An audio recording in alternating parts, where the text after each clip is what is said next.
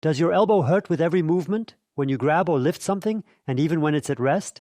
The really great news for you is you can do a lot to get rid of it. And in this video, I'll show you 4 fairly easy exercises that you can do very comfortably at home.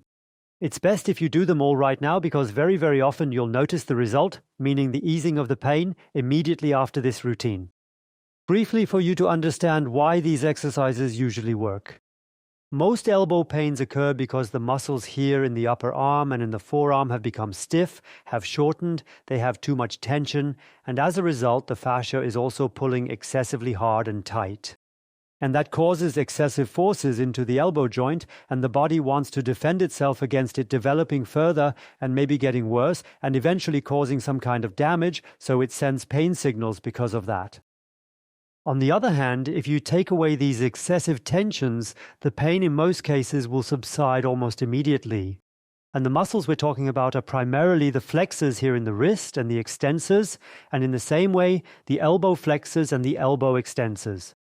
And it's not just about the elbow, it's also about many other things that are happening simultaneously. For instance, this can include conditions such as carpal tunnel syndrome, tendinitis, ganglion cysts in the wrist area, or even cramping in the affected muscle groups themselves. And we're going to do a lot about that now. We're doing the exercise on the mat. If you don't have a mat, a carpeted floor is fine, or a firm bed will also work. Let's begin for the flexors. Get on all fours like this. If you're having issues with your knees, place something soft underneath them. And now turn your right hand, because we're going to be demonstrating this for the right side first.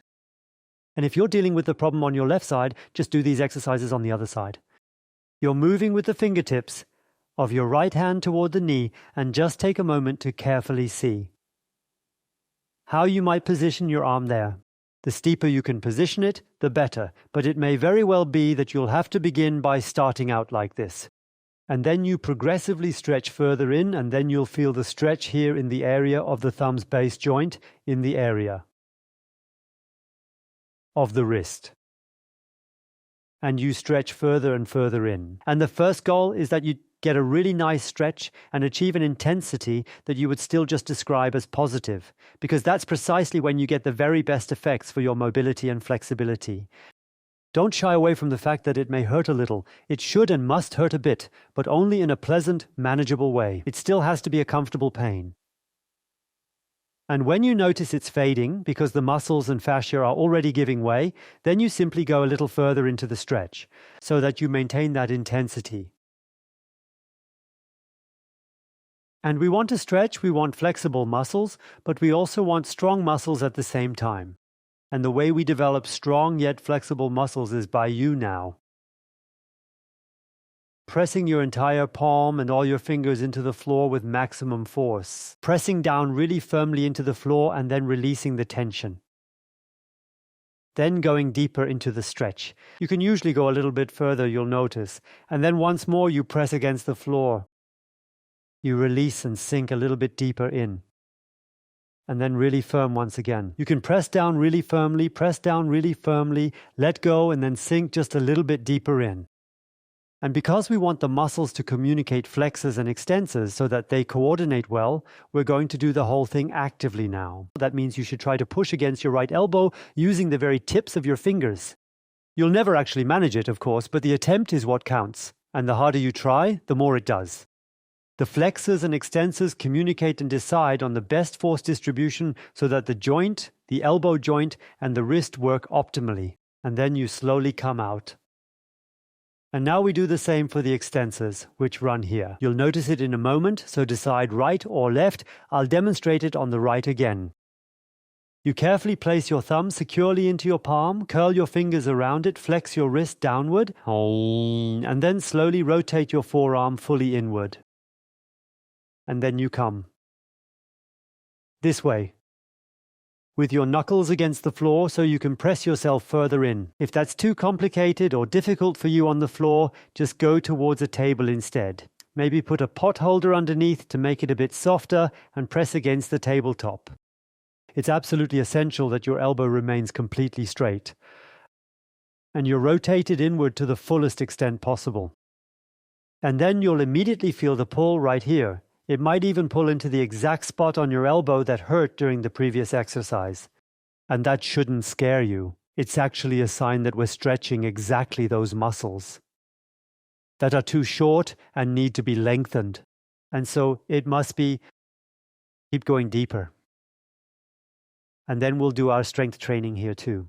That means you're pushing with your knuckles, applying pressure through your finger knuckles against the floor without allowing any movement to occur. You release, go further into the flexion, and then you notice it pulls more into the extension. And once more, you press down again. You release, going even further into the stretch. And again you press against it, you release, going progressively deeper into the movement. And then you come up, you lift your body away from the floor and give your hand one more deliberate pull. Really get into the flexion, elbow straight, rotate it inward, and pull and pull and pull, then slowly ease back out of the stretch. Now just move around a little bit and let's take a quick check-in. Has anything changed for you yet? Could very well be. Don't be surprised if it's maybe barely noticeable anymore. Could be, but we still have 2 exercises left in case it's not quite there yet. Now we're focusing on stretching the biceps muscle. There are various ways to do this. We'll do one. And it goes like this. Essentially, you just sit down on the mat, and if you don't have any equipment available, you can still do it without a stretching strap or a belt. If you happen to have a belt or a stretching strap available, then go ahead and take it and carefully slide your hands through in this particular way. Look, and then you'll probably already notice in the affected shoulder, where the elbow is experiencing an issue, that one side can actually pull much more strongly than the other. But we'll still practice on both sides, so whether you have the problems on the right or left, it doesn't matter for the exercise. And then you gradually crawl your fingers further and further back, all while making a very conscious and deliberate effort to keep your chest wide and open. So don't curl in like this, but open up as wide as you can. That usually increases the stretch quite a bit. And then you keep moving further and further back, really pushing the stretch to its absolute limit, and you'll immediately feel the pull intensifying significantly in your biceps. So right there. Where guys often aim to create a very prominent bulge when they flex that muscle. Very good, just keep easing yourself deeper and deeper into the stretch, holding it there. Women too, by the way. Maybe you'd also like to have strong biceps as well. My apologies, I didn't consider that earlier. And now really press your hands down firmly against the floor surface, trying to bend your arm while maintaining that steady pressure. So to really activate and fully engage the biceps, try to bend your arm, which of course won't happen. All right, now just relax again, and then we are going to scoot forward a bit on our glutes. That's the other method you can use to really deepen the stretch, and then press down nicely once more, with the intention of bending the entire arm. Release, and then sink even deeper into the stretch again. And then really press down nicely once more, putting in a good solid effort there. With the whole arm, then focus on trying to bend the elbow, really pushing yourself to do it. And the effort can always be as intense as you possibly can make it. And then release it, and of course pay attention to the intensity level.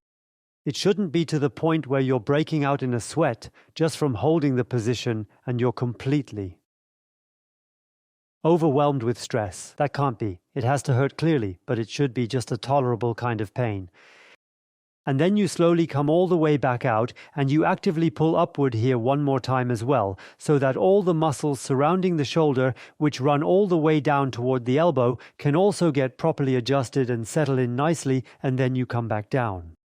So, and now we need a little bit of assistance. You can also grab some books or use our foam roller. It really doesn't matter. Definitely go ahead and lie down on your stomach now and just place your arm. Exactly like this on top of the roller. Or even on books or anything else where you can rest your arm, because that makes the exercise much easier to perform. If you don't have anything, you can place it on the floor. That's fine too, but the effect is better if you prop your arm up a bit. And now take a look. If you can only get your arm this high up, then stop the exercise at that point and slowly try to work your way further downward from there. Only when your arm reaches a somewhat horizontal position. Then we'll incorporate the flexion movement by having you grasp your right wrist with your left hand and gently pull the arm downward, gradually increasing the stretch to deepen the extension and improve your overall range of motion. You move down with the armpit at the same time. And then you'll definitely begin to feel the stretch in the shoulder area, typically in the shoulder or also along the back side of the upper arm. Keep going further down.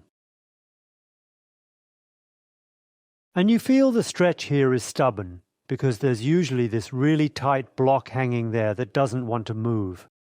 But constant dripping wears away the stone. And practicing steadily makes the muscle longer and longer. And if it's only a millimeter per practice, then after 10 days, it's a centimeter. But that doesn't mean after 100 days it's a meter. Maybe the space isn't even there. But you know what I mean. Always keep nicely sinking the armpit downward. That means pushing the elbow higher. And try to move the right hand. Well, the hand of the bent arm, when practicing on the left. Down toward the shoulder with your other hand, guiding it along slowly, which is applying the downward pressure. And the head helps out a little bit with that too. And now we're actively pressing the elbow into the roller, into the floor, into the books, whatever you're using. And we want to stretch it out completely. We release the tension to go deeper into the stretch, and now we are bringing the strength back into it. The elbow presses downward, the arm wants to stretch out. Release the tension loosely, sink the armpit further down. And again, the arm presses down. Wants to stretch. Release loosely, lower further. And then we'll try to hold that position and actively pull upwards, really engaging those muscles. And it's honestly really quite annoying, as you'll soon realize, or as you're noticing already. Pull higher, pull a bit higher still, and a bit higher still, and a bit higher still. And slowly make your way out now. Get yourself properly sorted out now. Do you notice how freeing that feels? Check in now. Now check in again. Difference before, after. Always important to establish that and let it motivate you when you feel better, which, with good odds, should actually be the case. And do the exercise daily now to really get into it, so that the muscles can get more and more used to it. Leave a comment about how the exercises were, whether you could do all of them, where the difficulties were, and of course share the video. Because there are so many people who have elbow problems, tennis elbow, golfer's elbow, and so on. And the people who are affected, the ones you forward the video to, when they begin to feel better, an enormous amount of gratitude is directed towards you.